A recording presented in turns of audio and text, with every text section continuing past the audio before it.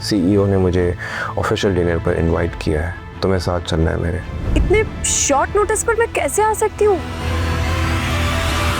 वहां से अगर नौशीन आंटी इमोशनल हो रही हैं तो कम से कम आप ही समझदारी का मुजाहरा करें।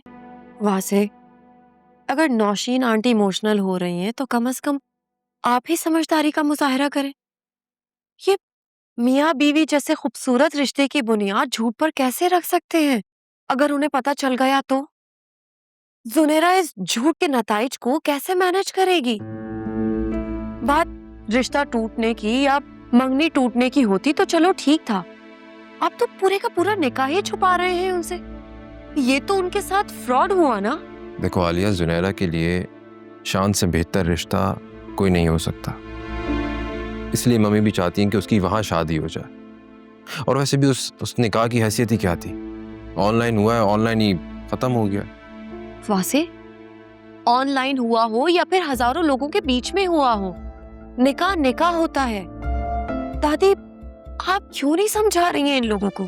देखो बेटा, जब मैं नौशीन की बात सुनती हूँ तो वो बिल्कुल सही लगती है, और जब तुम्हारी बातें सुनती हूँ तो तुम बिल्कुल ठीक लगती हो।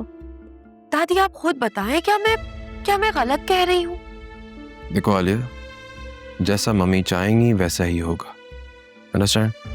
जुनैरा की माँ है वो, उन्हें पूरा हक है जुनैरा की जिंदगी का हर फैसला करने का। वासे मैं इस बात से इनकार नहीं कर रही हूँ। हयात अंकल की जगह आप जुनेरा के वली हैं, बाप की जगह पर हैं। कम से कम आप तो ना समझी वाली बातें मत करें। मैं मानती हूँ कि जुनेरा ने गलत किया है, लेकिन इसका मतलब ये तो नहीं है कि उसे बोझ समझकर उठाकर फेंक दिया जाए। देखो आलिया, फैसला हो चुका है और तुम प्लीज मम्मी के सामने कोई भी इस किस्म की बात करने की जरूरत नहीं है, ठीक है? मैं जानती हूँ आंटी को मेरा घर के मामलात में बोलना बिल्कुल पसंद नहीं है। इनफैक्ट उन्हें तो इस घर में मेरी मौजूदगी भी पसंद नहीं है।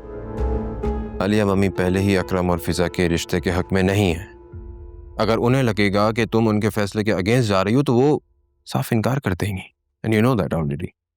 जो होगा वो देखा जाएगा, लेकिन प्लीज आप ये सब मत करें जो आप कर रहे हैं।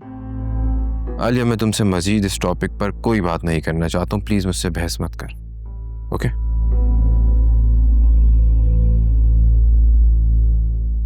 बस दादी आप क्यों नहीं समझा रही हैं इन लोगों को? देखो बेटा आलिया, अब मेरा बेटा तो इस दुनिया में रहा नहीं है। बहू है तो वो जितना मुझे समझ सकती है उतना ही मैं उसको समझा सकती हूँ, इसलिए मैं ज्यादा समझा नहीं सकती। और वैसे भी तुम्हें पता है, पाकिस्तान में तो मैं रहती नहीं हूँ। शायद मैं इन लोगों के साथ रहती तो मेरी बात का कुछ वजन होता। मुझे नहीं लगता कि वो मेरी बात मानेगी।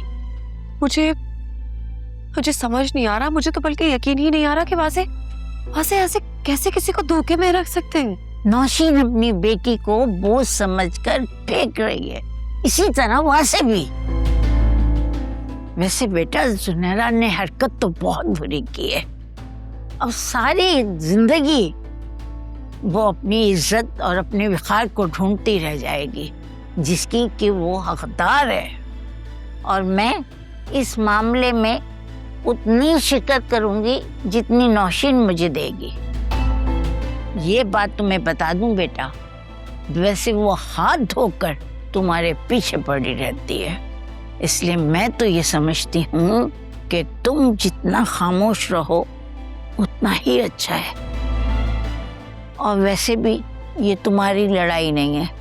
ठीक कह रही हैं, हर महाज पे खड़े होकर तो नहीं लड़ा जा सकता ना। दुल्हन, तुम कितनी अच्छी हो।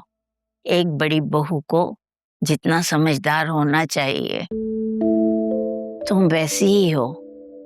वासे और नौशीन कितने खुश नसीब हैं। आलिया, जुनैरा के निकाह के बारे में तुम्हारे और फिजा के अलावा किसी और को नहीं पता है। बस समझो इसको एक राज ही समझकर सारी उम्र राजी रखना बेटा। अल्लाह ताला अपने बंदों के ऐबों को कैसे ढांप लेता है, इसी तरीके से वो अपने उन बंदों को बहुत पसंद करता है जो दूसरों के ऐबों की पर्दापोशी रखते हैं। दादी, मैं आपको यकीन दिलाती हूँ, सुनैरा की जिंदगी पर मेरी या मेरी फैमिली की तरफ से कोई नेगेटिव इम्पैक्ट नहीं पड़ेगा।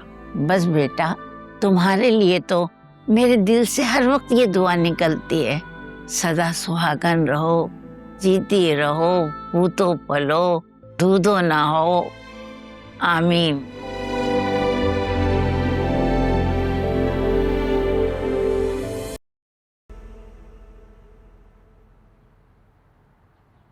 ये लो, मैंने तुम्हारे लिए गर्मा गर्म पकोड़े बनाए आलू के।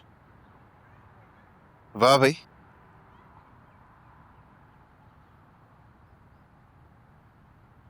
कल तक तो तुम मुझसे इतना लड़ रही थी और आज इतने लिवाज़। खैर तो है, तभी ठीक है। एक तो मैंने तुम्हारे लिए इतनी मेहनत से पकोड़े बनाए और तुम हो के तंज कर रहे हो मुझ पे। नहीं नहीं, तंज नहीं कर रहा हूँ मेरी जान, वैसे ही ख्याल आ गया तो मैंने कहा मैं पूछ लूं। मुझे पता है अच्छे से कि तुम मुझसे कितनी मोहब्बत करती हो। हाँ, तो कोई शक है? अम्मा ने कितने रिश्ते दिखाए मुझे, लेकिन दिल तो सिर्फ तुम पर आ गया था। और मेरा दिल तुम्हारे हाथ के पकौड़ों पे। पता है मुझे, तुम्हें मुझसे ज्यादा ना इनमें ही दिलचस्पी है। मजाक कर रहा था यार, तुम तो बुरा मना गई हो। तुम्हें नहीं पता तुम्हारे लिए क्या कुछ नहीं किया मैंने, क्या कुछ नहीं छोड़ा मैंने, सिर्फ तुम्हारे लिए। अपनी सगी माँ, भाई, बहन सबको छोड़ दिया मैंने, और तुम कह रही हो कि मुझे तुमसे सच्ची मोहब्बत नहीं है। दिल तोड़ दिया तुमने मेरा।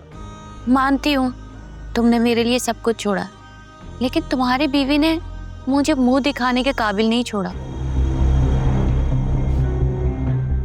इस चश्मे को हटाती हूँ तो मुझे अपने ही आप से डर लगने लगता है। देखो मेरी जान, मेरे हालात तुम्हारे सामने हैं, थोड़ा सा वक्त दे दो ना।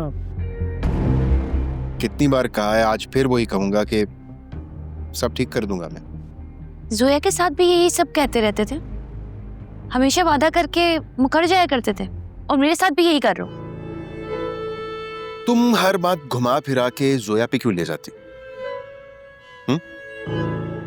तुमसे कितनी बार कहा है तुमसे सच्ची मोहब्बत करता हूं मैं, और किसी से नहीं।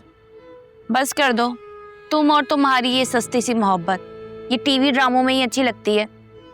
मुझे कोई 5-6 करोड़ लाके दे दो ताकि मैं अपनी ये शक्ल ठीक कराऊं और डिफेंस से बड़ी सी गाड़ी लेके घूमूं, बिल्कुल बेगम साहिबा की तरह।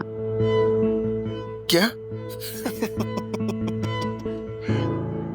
क्या हुआ? क्या कोई लतीफा सुना दिया मैंने? नहीं नहीं, मैं वैसे ही हंस रहा था, मजाक नहीं उड़ा रहा तुम्हारा। अच्छा, तुमने मेरे लिए बनाया है, तुम भी तो खाओ ना। मेरी बेटी को इस तरह के पकौड़े बहुत पसंद है। तो ऐसा करो, अपनी बेटी को यहाँ ले आओ ना। यहाँ इस घर में तुम उसका ख्याल रख लोगी?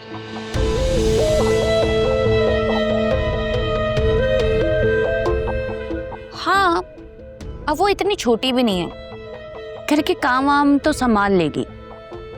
एक मिनट, क्या कहना चाह रही हो तुम? इस घर में मेरी बेटी को मुलाजमा बना के रखना चाहती, ये कह रही हो तुम? बच्ची घर आ गई तो तुम्हारी अम्मा और भाई के पास से कुछ डॉलर तो निकलेंगे। अम्मा और भाई वगैरह कुछ नहीं देंगे, वो पहले इनकार कर चुके। और तुम्हारे पास तो दुकानों का किराया आता है ना। हाँ, तो पैसे जितने ही आ जाए उतना ही कम है। महंगाई देख रहे हो कितनी बढ़ गई है। इस बारे में सोचना जरूर, इसमें तुम्हारा भी फायदा है। इससे बेहतर है ये चुड़ैल मर जाए और सारी जायदाद मेरे पास आ जाए। चाय पियो।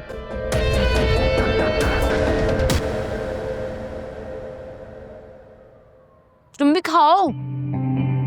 हाँ, मैं लेता हूँ।